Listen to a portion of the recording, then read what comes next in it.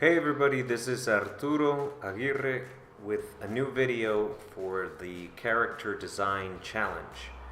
The theme for this month, February in 2019, is Caveman.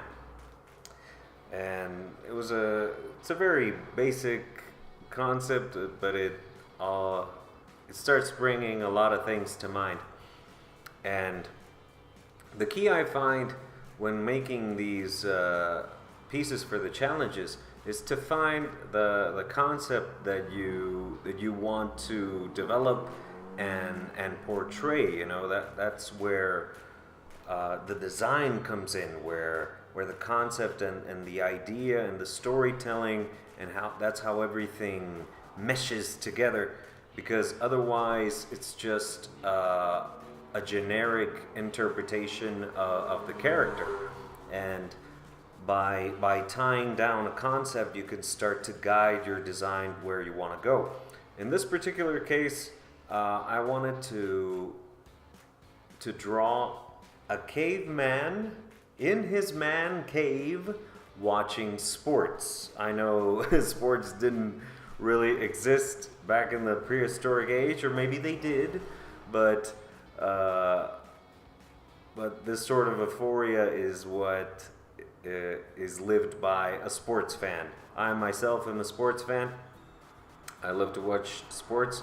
Especially in this particular case, I was thinking of myself watching football or soccer, and I wanted this caveman to behave in that particular way, very dramatic, very into the game, That's why I wanted to have him act.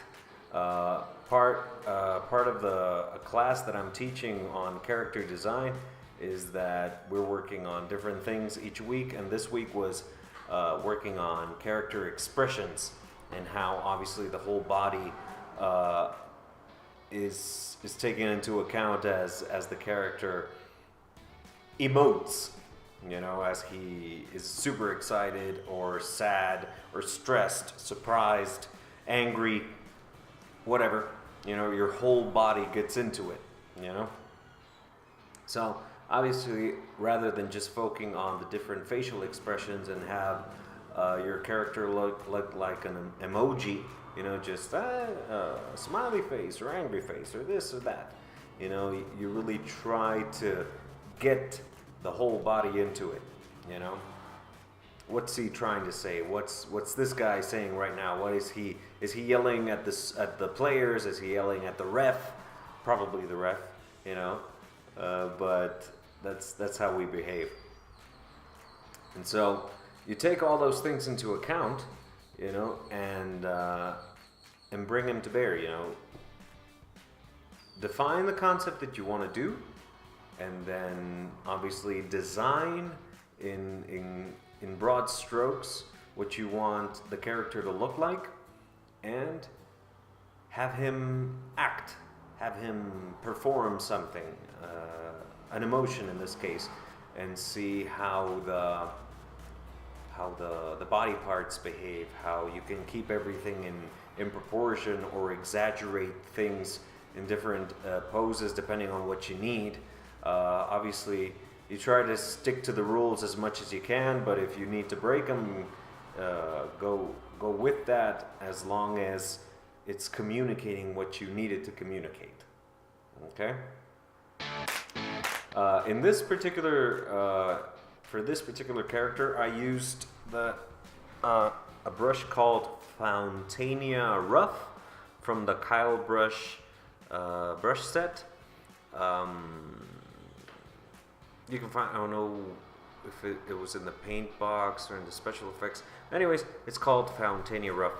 It had tooth to it, and it helped make my character look a bit fuzzy.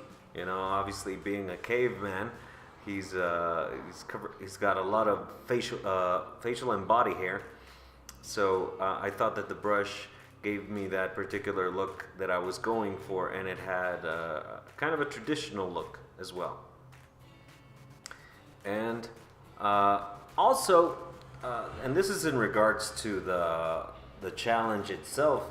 I love the different interpretations that all the artists make, but I'm focusing that a lot of the pieces are character illustration challenge. You know, it's not so much the design, and I love character design, obviously. That's why I participate in these challenges, but I also like to see the thought process behind the artist's work, you know, because I'm fascinated by how artists work and how they create their different pieces, and what their original intention is, how it is translated to the final piece, and if that is effective or not.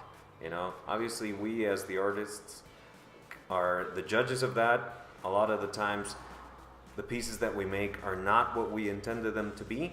A lot of the times we're surprised by how they turned out, and they're better than what we hoped, but in the process is the struggle, right? The journey is the interesting bit. So that's what I was focusing on this guy. I wanted to show like a full character sheet of the guy in color. I mean, it could have been in a rough sketch and just have the one pose in color, but I wanted to see what I could do with 8 or 9 different poses for the character, and obviously the front and side view. Like I said, I'm figuring out what the character looks like, making adjustments here and there, trying to make it as constant as I can, you know, while having him act and be dramatic, you know. I'm very happy with this. Obviously, his tunic or his clothes are in the Barcelona colors. I'm myself I'm a Barcelona fan, so I wanted it to to look like that, and that's basically what I look like in the recent games. Because if you don't mind me talking about sports for a minute, they've been playing a bit. They're losing their identity a little bit on how they play. Things are not working out so well for the time being. Obviously, they go through these little slumps every season, but hopefully in this next match and the next few matches that come along, they'll start to pick up, because obviously they're playing 3 different tournaments at once, and players start to get tired, and it's obvious. Okay. Anyways, this is the final piece. The collection of different poses with last textures and obviously the logo for the team. And this is an alternative version for Atlético de Madrid, for Juventus, and for Argentina, the national team. I'm very happy with how these came out. I hope you guys like them. If you want to check out more videos like this, click on the thumbnails. Subscribe to be aware of the new videos coming out. Hit the little notification bell, and I'll see you soon. Okay? Bye-bye.